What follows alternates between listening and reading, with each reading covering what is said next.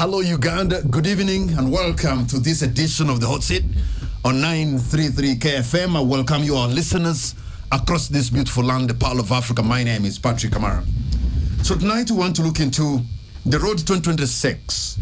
What does the electoral landscape look like in the absence of major constitutional and electoral reforms? And by the way, it's been 30 years since the constitution that we have was adopted.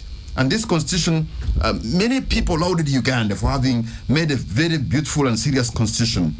The constitution declared that the people of Uganda were the sovereign authority and that the power and authority of government is derived from the people. Article 1 of the constitution proclaims that all power belongs to the people who shall exercise it in accordance with the constitution. That was very powerful because if the power belongs to the people, then the people can decide the destiny of their nation.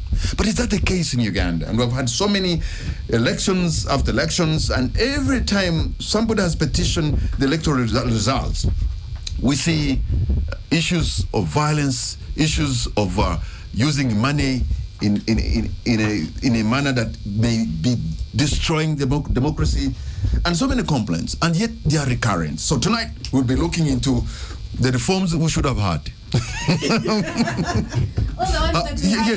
Yes, because and yet sometimes I'm thinking even this discussion we're having right now, right in the middle of a presidential campaign, and members of parliament who are campaigning for positions probably were late. But let me introduce my panel this evening so that probably they can do justice to this.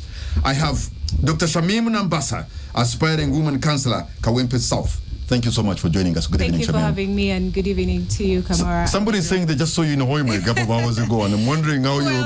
I mean, we have to be all over the place because we're in a very important time, and we're only given, 2 months to see that removed throughout the entire Uganda. What is CEO of Red we've been saying? Thank you for appreciating. So many are not actually seeing that, but we have so many people that are turning up to the rallies, and I think that does communicate something. We have the head of programs, the Human Rights Center Uganda, Eric Namungalu. Thank you, Eric, for joining us. Good evening, sir. Thank you, Patrick. Good evening, Patrick. Good evening, listeners. We have the executive director of a very important organization called IDEA. I didn't want to go through what the idea is. Probably you can. Mr. Job Kija, thank you for joining us. Thank you, Patrick. Good evening, listeners.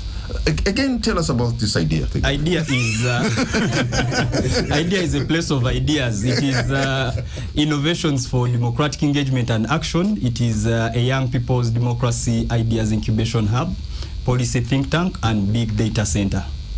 And also in the studio, I have a friend of mine. I haven't seen her in a while. Executive Director, Forum for Women in Democracy, Patricia Munabi Babiha. Thank you for joining us, Patricia. Good evening. Thank you very much, Kamara, for having us, and good evening to our listeners. Let me begin, to be fair, with the head of programs, Human Rights Center Uganda, Eric Namungalu. You know, the constitution of Uganda was so powerful. It is giving all the power to the people, and that its power is derived. And power and authority are derived from the people. Article 1 of the Constitution. It has been 30 years, but that Constitution has been, mutilated beyond recognition. That is true. So we should have had this discussion maybe in January or May 2001. I mean 2021. What can we do right now to make sure that we do not degenerate into the gains we have taken? We don't have democratic reversals, because we seem to be having democratic reversals. Yes, thank you, Patrick. You're right. We have a constitution, Article 1, which gives power to the people and gives us a constitution. And we've said it has been mutilated. I don't know if that is true, but those are discussions that we can have when we talk about the basic structure of the Constitution. We still have the basic structure of the Constitution that we had in 1995. That's a question for us to ask ourselves. But speaking directly about elections and electoral reforms, we've had calls for electoral reforms for the better part of 20 years. In fact, I think since the 2001 election petition by Dr. Kizza Besigye, we've had calls for reforms. We've had those in 2001, 2006, 2016, 2021. And those reforms are integral to the nature of the election that we're supposed to have, because those elections speak to some of the weaknesses that we had within the constitution, but within also the other acts of parliament. Now, since then, we've had some electoral reforms. Have the reforms we have had been sufficient enough to guarantee a free and fair election? That's a question for us to answer today. Are they sufficient, or are there other reforms we should have had on top of those ones that we've since had? Of course, we all know about the bills that were tabled last year and at the beginning of this year. I think it must have been last year by the Honorable Norbert Mao, and those ones died in stillbirth. So those were supposed to include some of the amendments which we think are important. But the reforms you're talking about, if you look at them, are they the kind of reforms that can actually help the NRM government stay in power, or you want them to reform themselves out of power, and you think that's going to be acceptable? No, they're the kind of reforms that will enable Ugandans fulfill the aspirations of. There are Ugandans who are in power. There are Ugandans who are enjoying the power right now. Yes. The kind of reforms you're talking about, will they entrench them in power, or they'll be a threat to their power?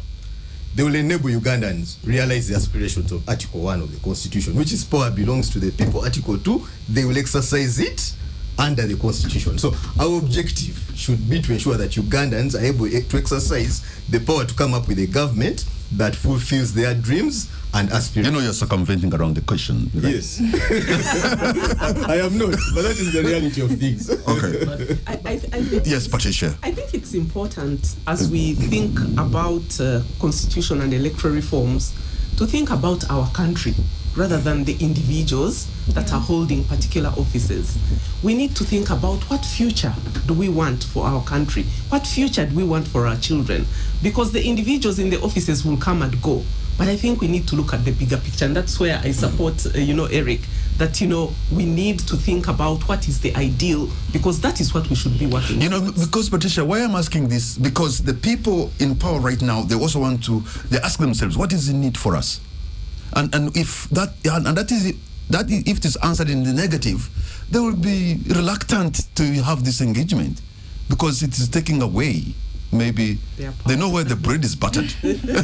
But Patrick, yes, we've had both the government and as well as our colleague here say that their parties are popular with the people. So let the people if they are popular with the people, we need to put the people in charge so that those ideas are tested by the people. Yeah, and those are the guarantees that we should have in an election, that the people's voice is actually clear in those elections. Patrick, yes.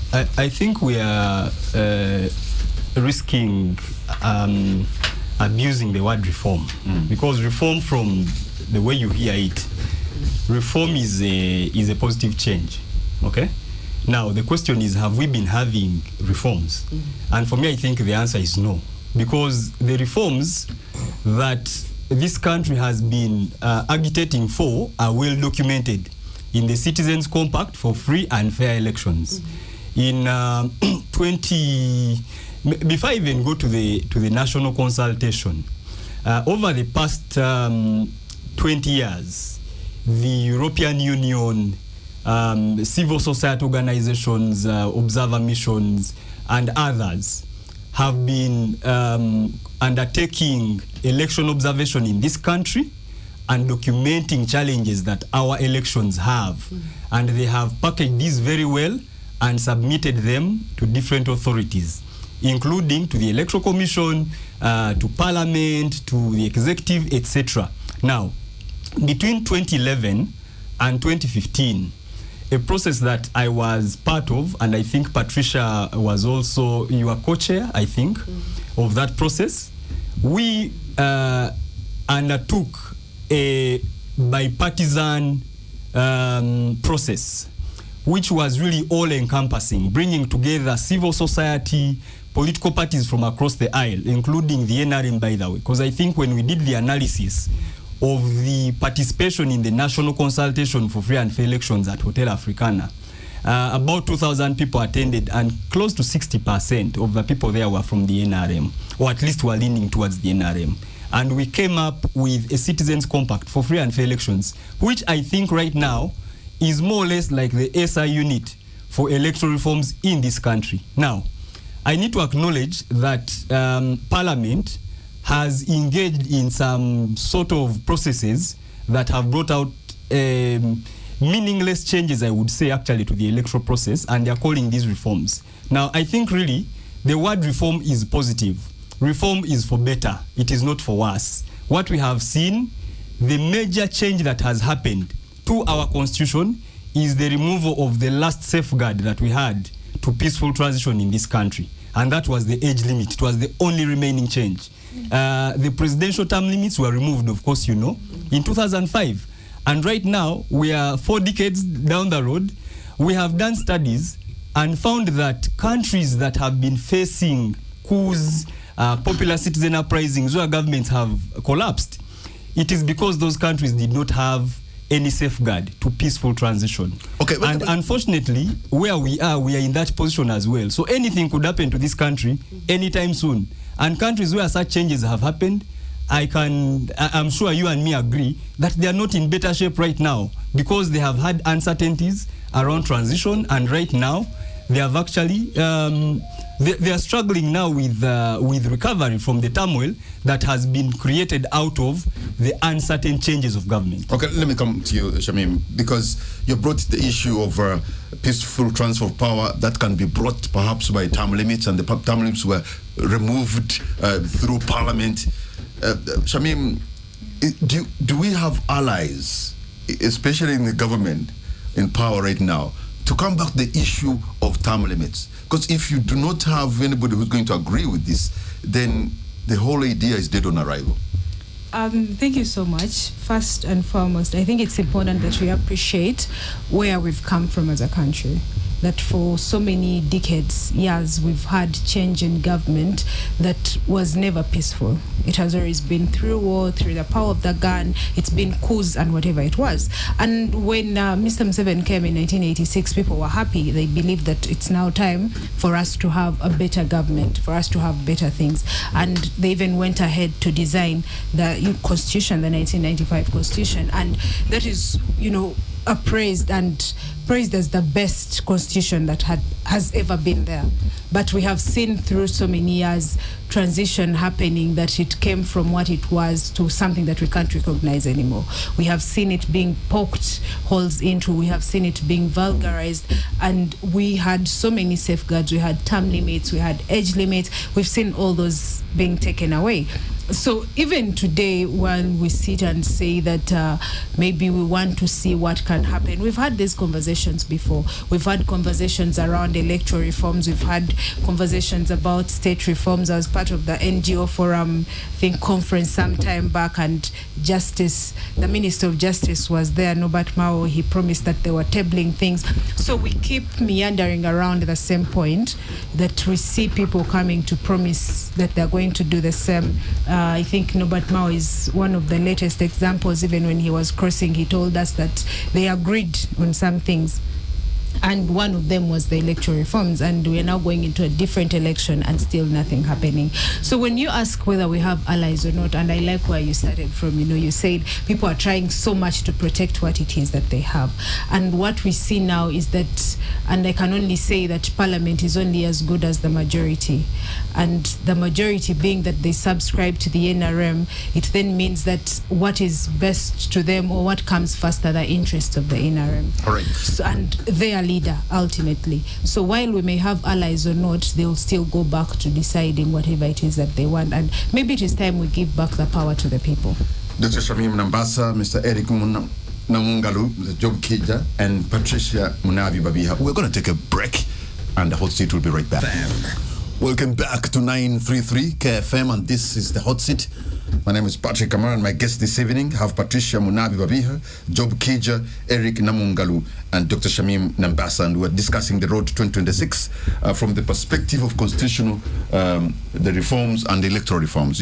One of the sticking issues was the role of the military in elections. Patricia, it looks like we have had serving generals make very serious political statements that are so partisan, and then you wonder if it is in another polity, probably they wouldn't be in those positions, but they continue to serve, and yet they're making very, sometimes explosive statements. So how do you get the military out of the elections in our case?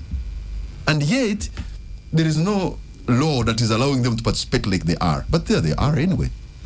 I think really it's about impunity, the impunity that we've been talking about. This feeling that I can do whatever I want, but because I belong to a system, there will be no punitive measures against me as a person. And going back to the issue of reforms, earlier you said, why is this conversation surfacing now and hasn't surfaced earlier? We have been at this, as Job said, since 2001. We've been calling for reforms. We've, spoken to the citizens. We have put the voices together. And one of the key reforms that we're actually talking about is, apart from removing the UPDF from Parliament, because we think that their role, having them in Parliament brings partisanship with it, because they are serving a commander-in-chief who is the president of the country. We have also said that the army needs to be actually taken out of elections. In the past elections, we have seen how the army has been deployed, even in bigger numbers than the police. Yeah. And yet the police is the one that's supposed to be in charge of ensuring law and order and ensuring orderliness within the elections. So we are actually calling for the army to actually be removed. And this is a call that we are making even today. We are hoping that in the upcoming elections, we actually won't see the army on the streets, patrolling and intimidating citizens. There are areas in this country where citizens have stayed at home because the army is everywhere and they are scared. But Eric, with the laws that we have, the electoral laws and the constitution, if it is followed to the letter, it's enough to give us something good, isn't it? It's good you said if. Because I'm saying if we can only use what we have, we're good to go.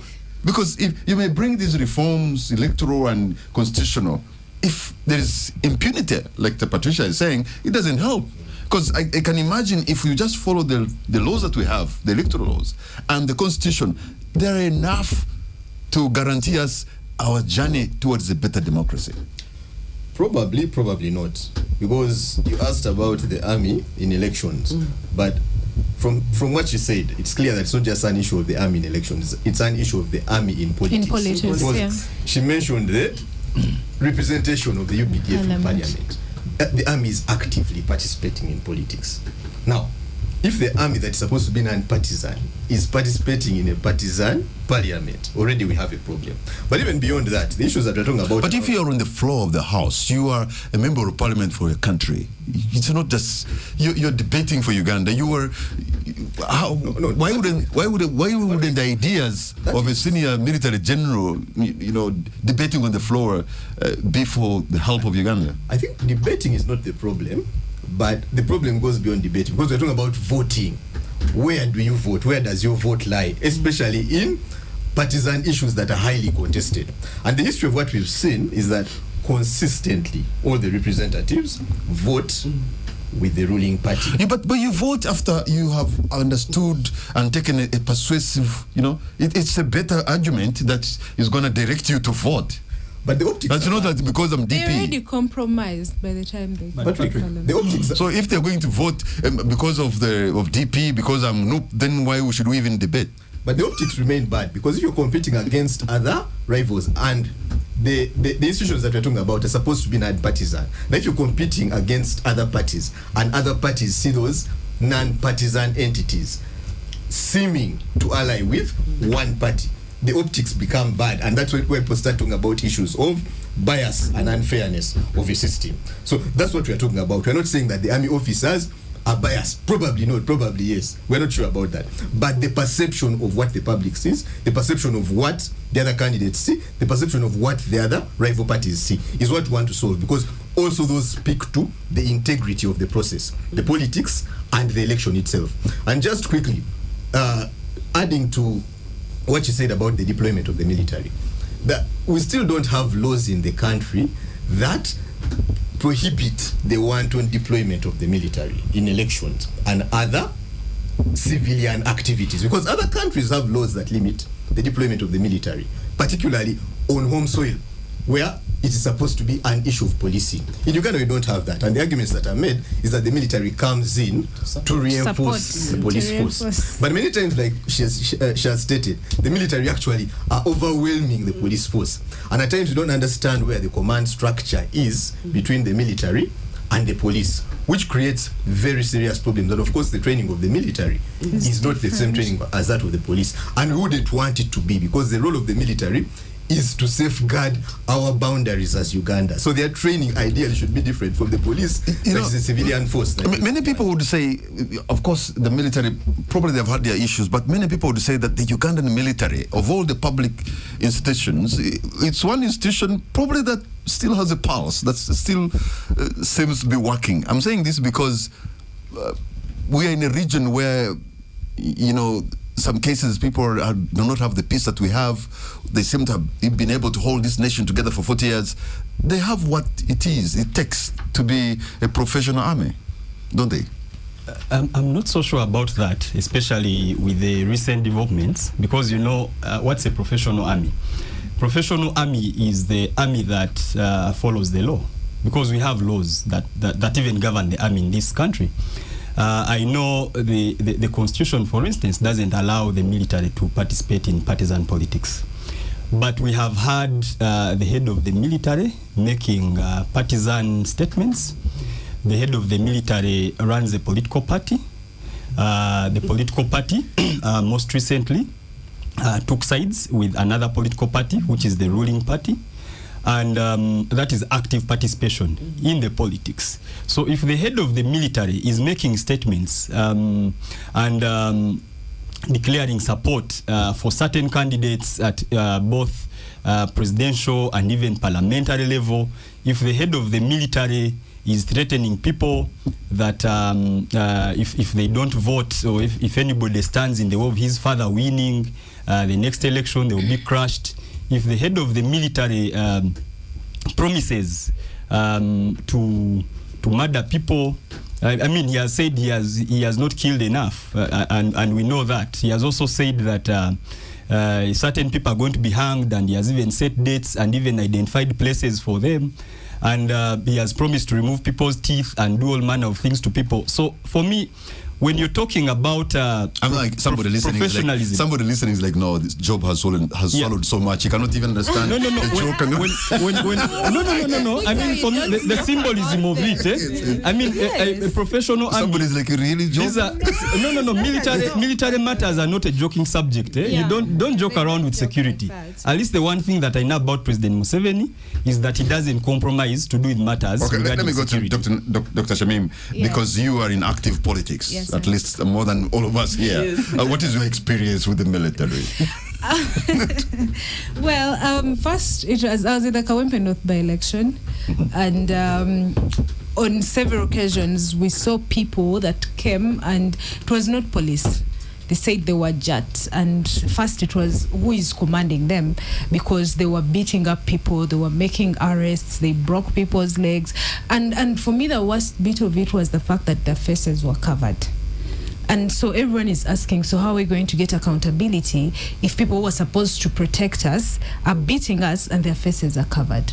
Who are we going to ask? And so for me, my experience has not been good at all. We've seen them coming out to beat us up, to stop us from going for rallies. Even now, while people may say, we've not yet seen them, yes, they have not beaten us yet, but on several occasions we've found why you have to take a particular not yet, because we know it is going to happen. You know it's going to happen? Yes, we expect it. Well, we're supposed to take a particular route and they close it off and say, no, you're going to use the other route. So where you'd have taken maybe 30 minutes, you end up taking 2 hours. You guys have been having a free ride everywhere. And now that is what you're saying, but from what we experience on ground, it's the fact that you're taking so many hours to get to where you're supposed to be, and so you do not even get the time to speak to the people. Meanwhile, that is also helping you because the crowd are swelling. But if you're supposed to do 4 rallies, but you see, if you're supposed to do 4 rallies, you're going to do 2, then you're not making any sense. Some military people said, in fact, their intention was to surprise you this election, and they don't intend to do all those things you expected them to do. Gentlemen, they can give you an excuse. Gentlemen and ladies, we're going to take a break, and the hot seat will be right back. Welcome back to 933 KFM, and this is the hot seat. My name is Patrick Kamara. My guest tonight, I have Patricia Munabi, Job Kija, Eric Namungalu, and Dr. Shamim Nembasa. There's another issue, and that is commercialization of politics. And that, of course, brings in violence, brings in electoral malpractice. And you know, sometimes people complain, so and so has used too much money, but the truth is, across the aisle, everybody is using money. Only that sometimes but somebody has more money than you do. I heard about that in the NRM primaries. Money was even when you're being in Hoima, wherever you go in Busia, and wherever you'll be in Kawempe, the money will be required. Maybe the person will just outsmart you in terms of money, outspend you, or if I can use that. So if he has more money, he has more money. Well, because you wish you had more. Well, I think the issue of commercialization of politics goes beyond just what we see, just the 2K that you give someone, the 1K. I think it is what are people getting out of the politics? People are willing to invest into it billions of money because politics has now become a job for some people. People are looking at politics as once I get there, it's now a done deal.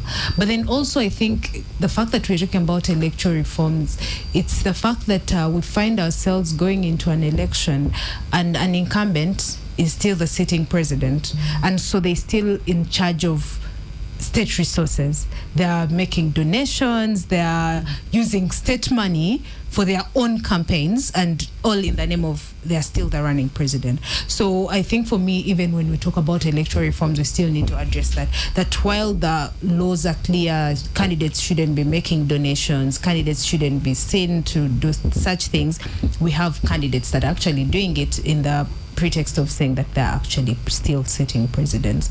But at the end of the day, I think also it's the fact that people have lost hope, that they vote for leaders who do not serve them. So when you go to ask for their vote, they tell you, you know what, we are sending you there to eat, but let us first eat also. So, Job, what will it take to have a Ugandan with higher civic competence that understand their rights and their responsibilities, and you're not going to tell them these notions of 1,000, 2,000 for them to change their behavior in terms of electoral practice, so that if you have a vibrant citizenry, then all this kind of thing won't come to them. But because now we're malleable and wobbly, no wonder anything is thrown forced down our throats. How do we bring them, give them a backbone of steel? So there are two things that have happened.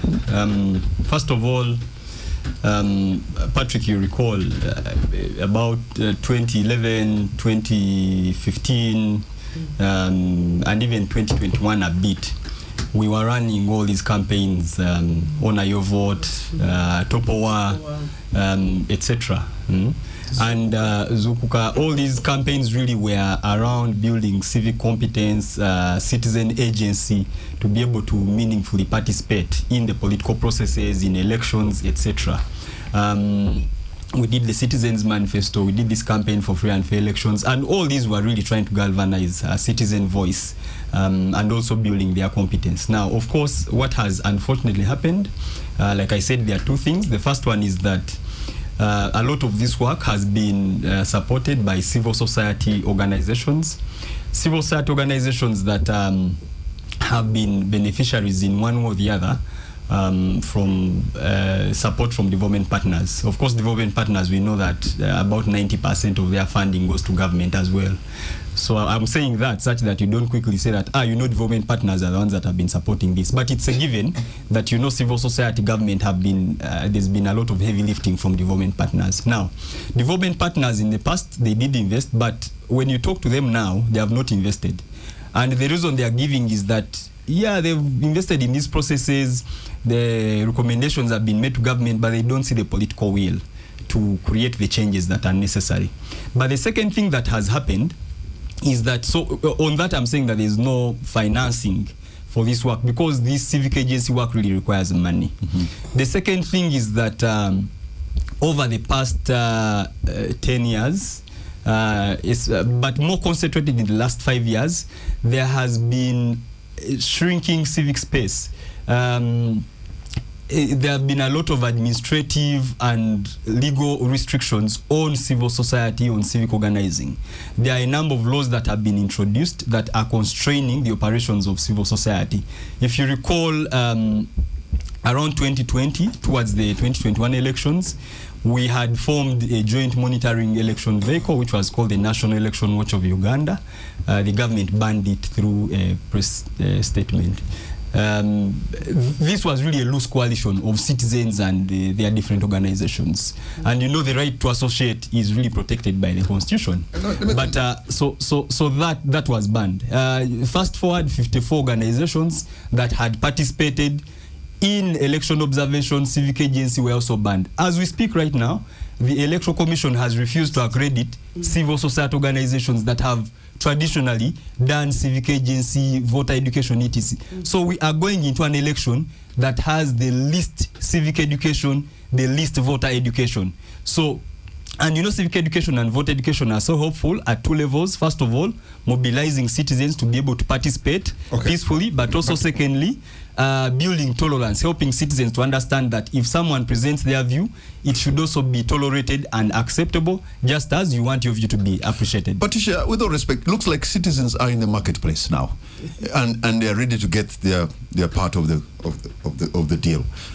When you look at the primaries of NRM, with people lining up and then accepting the 1,000, 2,000, and they have a feeling that this is the moment when they can also cash in. How do you change that? I think it is a whole culture that needs to be changed. I keep thinking about the poverty levels also in our country. Our people are poor. In spite of the government programs that have been put in place, PDM, Emioga, all these programs, when you go to the village, the people are poor. And so they seem to see this election period of these people who come and then disappear as probably an opportunity to get the little that they can. It's a bare minimum. Imagine what can 2,000 shillings do? So I think there is a deeper problem, the problem of poverty. And we need to begin thinking beyond the civic education and voter education that we do to see how we actually meaningfully, economically empower our citizens so that they are able to, use their voice without waiting for the 1,000. But this kind of poverty, when you look at these government programs and projects that are with the people, for example, the 1 trillion, the 100 million that goes in every parish through the parish development model, and when you look at the economic outlook and the growth of GDP, you actually see the numbers look good. Are we really still stuck like a highly indebted poor country and all these figures so we are in a situation deceptive, where Eric? the rich are getting richer, The rich are getting richer and the poor are getting poorer. But even when you look at that money, there are 100 million to a parish of how many people are in a parish? I mean, how much is everyone going to get? Some of the programs that you're talking about have been audited to see the results that they have. And I think I'll take time to share with you a report that was done on some of those programs to look at their impact. But the reality is that this country remains extremely poor, particularly in the rural areas. That's why people are able to accept 1,000, 2,000. But beyond that, because you asked about commercialization, I just wanted to respond to that as well. Commercialization and bribery are not necessarily the same thing, because one is a vice, commercialization. One is an offense actually under both the Presidential Elections Act and the Parliamentary Elections Act. But I think for bribery, it is really an issue of impunity that has come out. Of course, impunity mixed with poverty. However, for commercialization, I think is a much more complex problem, because that one gets to the nature of the system that we run as Uganda. You see, over time, Ugandan elections have gotten more expensive. Now I'm talking about commercialization, which is not giving out 1,000 shillings. People are spending a lot of money on the elections, beyond just the bribery. It has become very expensive because it remains a mixture of that kind of individual merit system and some kind of lukewarm multi-party system. And I think without reforming the laws that we are talking about, it might be difficult for us to deal with commercialization. Which kind of reforms am I talking about? Commercialization, even when you go to countries like the United States, this is a problem they've been dealing with. There's a famous case there that you can look up, which is titled Citizens United, where they were trying to explore the issue of commercialization and involvement of corporations in giving money in elections. It seems to be a problem that underpins the kind of system that we run in Uganda here, presidential election system, where we have one man, one vote. In my opinion, one of the solutions to commercialization, it might not be a full solution, would be something like proportional representation, because that takes away the individual merit kind of understanding, and you have a ranking system where people are running behind a certain banner. It takes away the individual directly engaging with the citizens at the bottom. So I just wanted to distinguish those two things, commercialization and bribery. They have different solutions. The solution to bribery, that's impunity. We need to deal with it at impunity. All right, gentlemen. Commercialization, differently. Gentlemen and ladies, we're going to take a break. When we come back, let's look into the independence of the legislature, because that is important if you're also going to go into electoral reforms, because they're the ones who are going to debate and pass them. And also we shall open the window so that we can have the people who are listening also have their say. Welcome back to 933 KFM, and this is the Hot Seat. My name is Patrick Amara. My guest tonight, I have Patricia Munabi, Job Kija, Eric Namungalu, and Dr. Shamim Nambasa. There's the issue of an independence of the legislature. Let me begin with you, Patricia. Because if you're going to make laws, appropriation and do whatever, everything will happen in Parliament. But if you don't have the numbers, and probably if somebody is being controlled in a joystick somewhere, then the independence of the legislature may not happen. So how do you give Parliament the power that its constitution is supposed to give it? I think in talking about the electoral reforms and the independence of the legislature, of course, again, it's about how do we improve the whole, electoral system and processes, and also ensure that, we have a constitution that kind of sees good separation of powers, but also creates a level of independence where, for example, the parliamentarians are able to make independent decisions thinking about our country, Uganda, the future and where we want to go. And so some of the proposals that we have been making and that are still on the table in the Citizens Compact and so on include, for example, removal of the UPDF from Parliament. The Constitution actually says the UPDF should be non-partisan. So when, as Eric says, we bring them into debating partisan issues within the Parliament, I think we are getting it wrong completely. So our view as the citizens was that the UPDF needs to get out of Parliament. There's also the issue of the size of Parliament. Our Parliament is too big. It is. And in the recent past, we have more districts that have been created, which means that, we are going to get even more members of Parliament. We all know from, the budget processes that our administration budget is too high. We pay so much money. The other day I had Honorable Semuju saying, you go to Parliament, you have only 1 minute to talk because, many others need to be given that opportunity. And so I think justice is not being done in terms of legislation because the numbers are too big, but also the cost on Ugandans, on taxpayers is quite high. And so it's important that is reduced. And of course, this comes with gerrymandering. The number of constituencies that are created towards an election increases the number of Parliament, but is also building into the patronage system. Because, for example, as you create a district, you have all these civil servants that you need to put in place. You have the RDC, you have, that whole intelligence. The cost of administration increases. So the cost of administration increases. So it is critical that we continue to put these things on the table. And of course, for us, that talk about gender equality, but also tying it in with the issue of reducing the numbers, the citizens actually called for parity within Parliament. Okay. And the possibility of having a woman and a man representing a constituency, which is the district, that would lead to a reduction in the numbers, but also ensure gender parity as we pursue some of the commitments that we have made at the African level and also at the global level. Shamim, let me come to you on this because you are into active politics. We see caucuses, for example, the Noop caucus, Mainarim caucus, and whatever they are. And sometimes when you sit somewhere in your caucus, and probably your president or whoever it is will determine this is how we're going to vote in Parliament. That alone, doesn't that take away the independence in itself? That everybody, there's somebody who is controlling you on a joystick, whether NRM, Noop, or DP? Well, I think the fact that it is an entire system, there's some things that may be quite difficult to do away with. Because at the end of the day, when people are going to Parliament and they're going on party tickets, it means that there are particular positions that they're being forced to subscribe to. And for me, I think it's just the way the system has been designed that we find ourselves having to subscribe to that.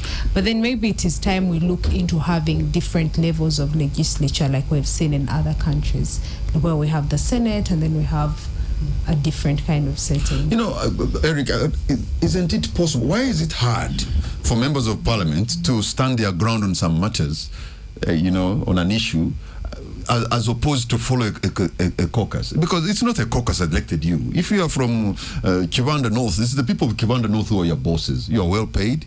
They gave you a job. It is 5 years. And you'll continue having it. Why can't people stand their ground and say, I'm going to follow the people of Kibanda, not necessarily an NRM caucus? After all, I was sent in this by Kibanda. I think, personally, I don't find much problem with having a caucus position for parliamentarians, because we are there as a group. By the time you subscribe to a party, there should be certain minimum standards that you subscribe to because you belong to that party. So I don't necessarily think that's the problem. The problem is the nature of political parties that we have and the nature of democracy that we have within those political parties. Now, if you have political parties that are non-ideological, but at the same time have somewhat non-democratic principles, the nature of the MP that you're going to get does not believe in democracy, but also is unable to articulate ideas at a deeper level. So that becomes a problem because the MP is now of a poor quality that is in parliament. Now, the other issue is that I wanted to add, because that's an issue that gets to the parties themselves. But there is an issue that is also related to the nature of our constitution. And this particularly applies to the ruling party. That if you have a constitution that allows members of parliament to serve within the legislature and also serve at the same time within cabinet, it becomes problematic for independence and separation of powers. Because while in cabinet, we have a principle of collective responsibility. The fact that you're bound by the decisions taken there. Now, if within cabinet they take a decision and say, this is the position that we are going to follow, as an MP, you cannot follow a contrary position, although you may have a contrary position, and that does not become an issue of the caucus. It becomes an issue of mixing the mandate of cabinet with that of parliament. All right. And in the parliament, where a cabinet where we have over 80 ministers, maybe that becomes a big problem. And Job, from your view, how do we restore the independence of the legislature? I think for me there are three things that need to be done. First of all, we need to remove money from parliament, bad money. Because we know for a fact some bad money there. Yeah, there's a lot of bad money. There's a lot of bad money in parliament. We've had, of course, the leadership of parliament dipping their fingers in pots where they shouldn't be dipping their fingers. Not just, from across the aisle, even in the opposition, I think the NUP had a challenge with some of their leaders in parliament. But also we know for a fact that when some key bills are being discussed in parliament, money is exchanged. From the days of the removal of presidential term limits to the coffee bill to the UPDF age limit, etc. We know that there are certain monies that have exchanged hands time and again in hundreds of millions. MPs are going there basically to be bought. So if you have MPs that are being bought by an individual, clearly they can't be independent. But the second thing is also to demilitarize parliament. We have seen cases whereby parliament is debating and the military has gone in and beaten them up. I think Betty Namboze to date says her back is broken because of being beaten. We saw the dirty scenes, the ugly scenes that we saw in 2017 during the removal of presidential age limits, but also most recently when the coffee bill was being discussed, we saw that. So the military has to really get out of parliament such that parliament can really engage and deliberate independently.